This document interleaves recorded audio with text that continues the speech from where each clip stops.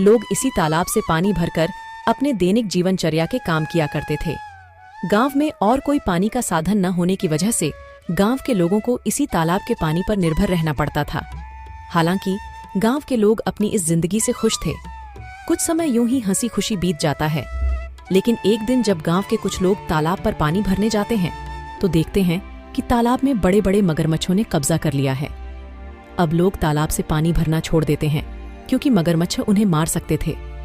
थोड़े दिन बाद कुछ लोगों ने हिम्मत करके उस तालाब से पानी लाने की कोशिश की, मगर तालाब के मगरमच्छ उन्हें भी मारकर खा गए। इस घटना से पूरे गांव में भय और हड़कंप मच गया। अरे देखो भाई लोग, तालाब के इन बड़े बड़े मगरमच्छों ने हमारे गांव के 2 लोगों को मार दिया। अगर ऐसा ही चलता रहा तो धीरे धीरे ये पूरा गांव खत्म हो जाएगा। हाँ भाई रामू, अगर हम इन मगरमच्छ के निवाले नहीं भी बने तो भी बूंद बूंद पानी को तरस तरस कर मर जाएंगे। हाँ भाई लोग, ये तो बहुत बड़ी समस्या हो गई है। अगर हम तालाब के पास भी जाएंगे तो ये मगरमच्छ हमें मार डालेंगे। लेकिन बिना पानी के हमारा गुजारा कैसे होगा? हमें कुछ करना पड़ेगा। तुम सही कह रहे हो चंदन, हमें तुरंत पंचायत बुलानी चाहिए और सरपंच जी को बताना चाहिए। हाँ चलो सरपंच जी के पास चलते हैं, अब वही कुछ कर सकते हैं। गांव के लोग मिलकर पंचायत में सरपंच जी के पास जाते हैं और अपनी समस्या बताते हैं। हाँ सरपंच जी, मगरमच्छ बहुत खतरनाक होते हैं। अगर हम तालाब के पास गए तो हमारी जान को खतरा हो सकता है। हाँ सरपंच जी, हरिया सही कह रहा है। हमने देखा कि कुछ लोग पानी भरने गए थे और मगरमच्छों ने उन पर हमला कर दिया। हाँ भाइयों, यह समस्या सच में गंभीर है, लेकिन हमें इसका कोई समाधान निकालना होगा। एक व्यक्ति है जो हमें इस समस्या से निकलने के लिए कोई बेहतर सुझाव दे सकता है।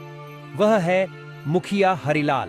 हमें इस बारे में हरिलाल से बात करनी चाहिए। वह गांव के सबसे अक्लमंद इंसान है। वह इस समस्या का कोई ना कोई हल निकाल ही लेंगे। राजू और बिरजू, तुम दोनों मुखिया के घर जाओ और उनसे कहो कि सरपंच जी ने उन्हें तुरंत याद किया है। दोनों सेवक मुखिया के घर जाते हैं और मुखिया को ले आते हैं। सरपंच जी, कहिए, आपने हमें कैसे याद किया? हरिलाल, हमारे गांव के तालाब पर मगरमच्छों ने कब्जा कर लिया है और लोगों को पानी के लिए बहुत समस्या हो रही है। अब तुम उनकी समस्या का कोई समाधान निकालो। मुझे तो कुछ समझ ही नहीं आ रहा, आखिर उन मगरमच्छों से कैसे छुटकारा पाया जाए। मुखिया गहरी सोच में पड़ जाता है और फिर उसको एक उपाय सोचता है और वह सरपंच जी से कहता है। सरपंच जी, मगरमच्छों से लड़ना आसान नहीं है।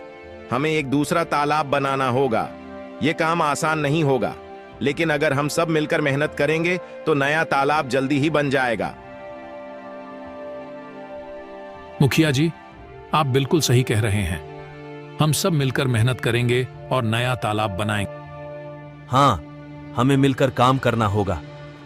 इस समस्या का यही समाधान है। चलो फिर कल से ही हम नया तालाब खोदने का काम शुरू करते हैं। सभी गांव वाले मिलकर काम करेंगे और पानी की समस्या से जल्द ही निजात पाएंगे। गांव वाले मुखिया जी के सुझाव से सहमत होते हैं और अगले दिन से ही तालाब खोदने का काम शुरू कर देते हैं। कुछ ही दिनों की मेहनत और मशक्कत के बाद आखिरकार गांव के लोगों ने मिलकर एक बहुत ही गहरा तालाब खोद लिया। बस फिर क्या था, वर्षा ऋतु का मौसम भी आ गया और गांव में जोरदार बारिश शुरू हो गई। बारिश से वह तालाब लबालब पानी से भर गया, जिसे देख गांव के लोग बहुत खुश हुए।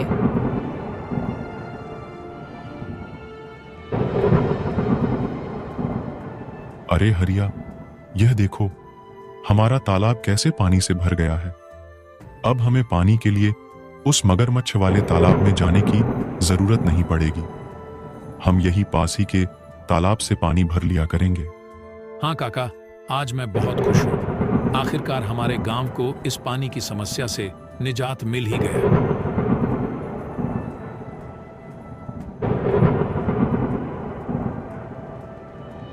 ऐसे ही कुछ दिन हंसी खुशी बीत जाते हैं। गांव के लोग तालाब के होने से बहुत खुश थे, लेकिन एक दिन गांव के लोगों की खुशी को जैसे किसी की नजर ही लग गई।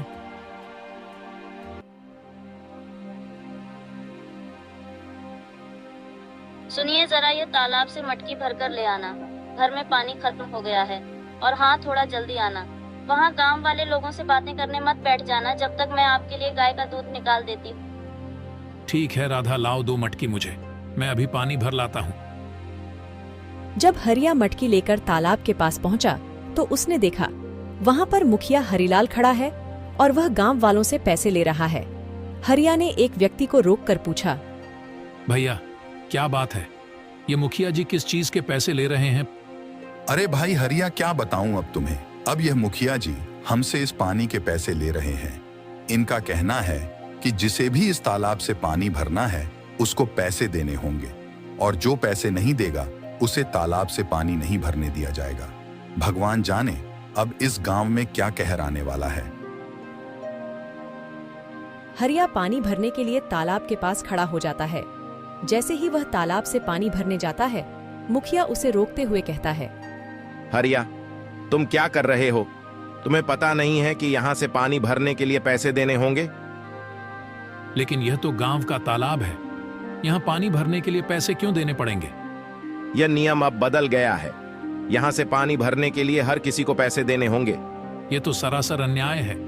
ये तालाब सबके लिए है, हमने मिलकर इसे खुदा है। तुम पैसे कैसे मांग सकते हो?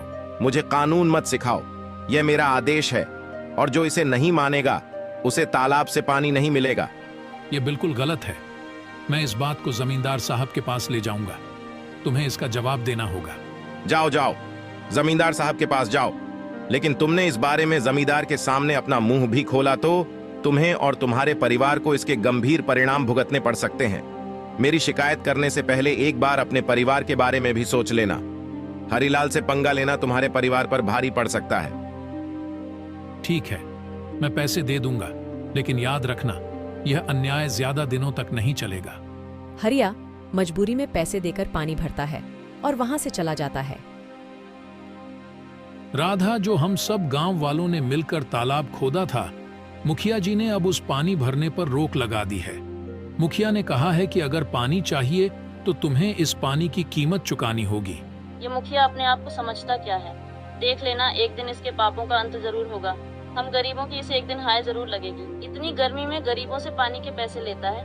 देख लेना, एक दिन ये मुखिया बूंद बूंद पानी को तरसेगा। नहीं राधा, ऐसा मत कहो। कोई हमारे साथ बुरा करता है, इसका मतलब ये तो नहीं कि हम भी उसके साथ बुरा ही करें। ऊपर वाला सब देख रहा है, सबको सबकी कर्मों की सजा जरूर मिलती है। मुखिया को भी उसकी किए की सजा एक न एक दिन जरूर मिलेगी।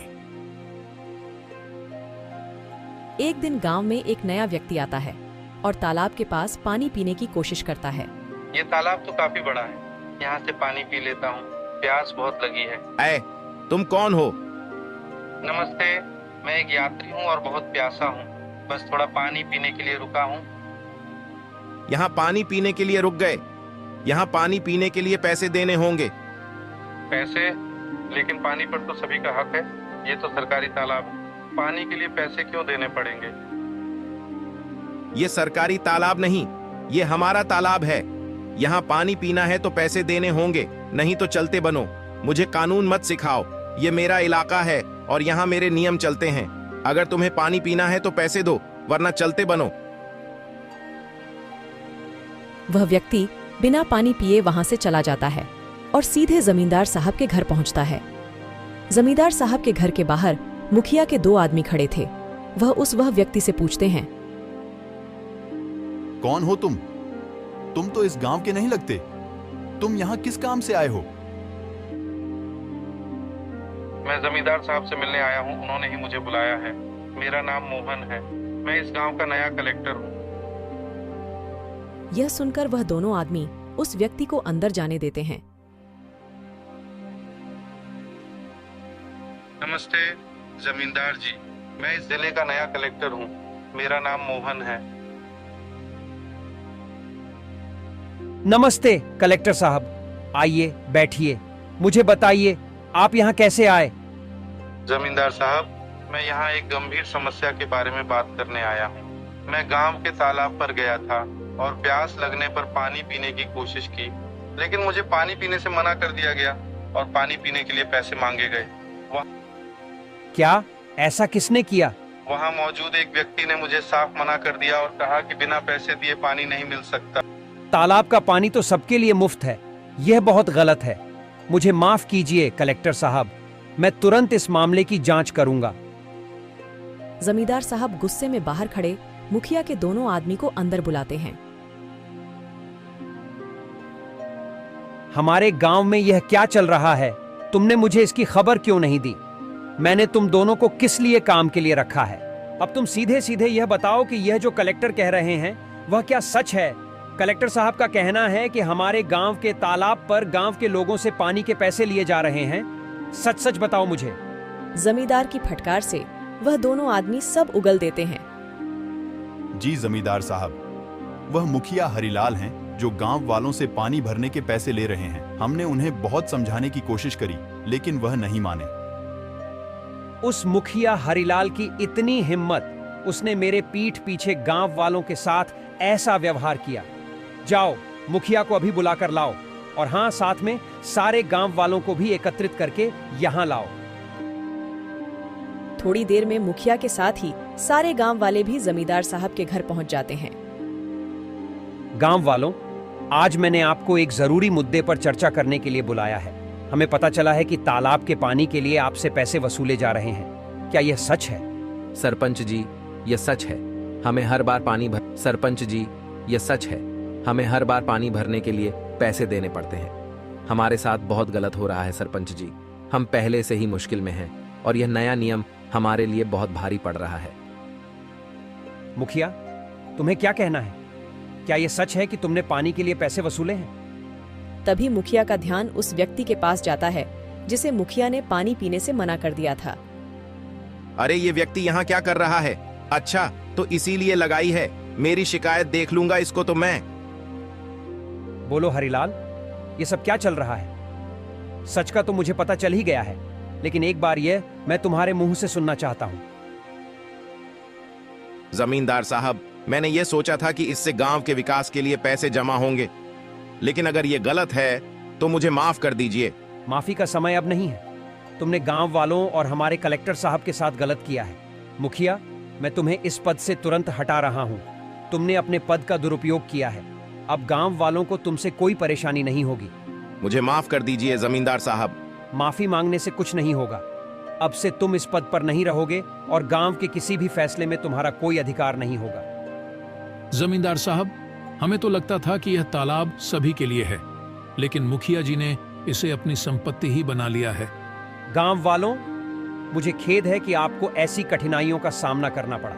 मैं आपको आश्वासन देता हूं कि आगे से ऐसा कोई अन्याय नहीं होगा। तालाब का पानी अब सभी के लिए मुफ्त होगा। धन्यवाद जमींदार साहब, आपने हमें न्याय दिलाया। गांव वाले यह जानकर खुशी खुशी अपने काम में वापस लौट जाते हैं कि अब उन्हें तालाब के पानी के लिए कोई भुगतान नहीं करना पड़ेगा और उनके साथ कोई अन्याय नहीं होगा।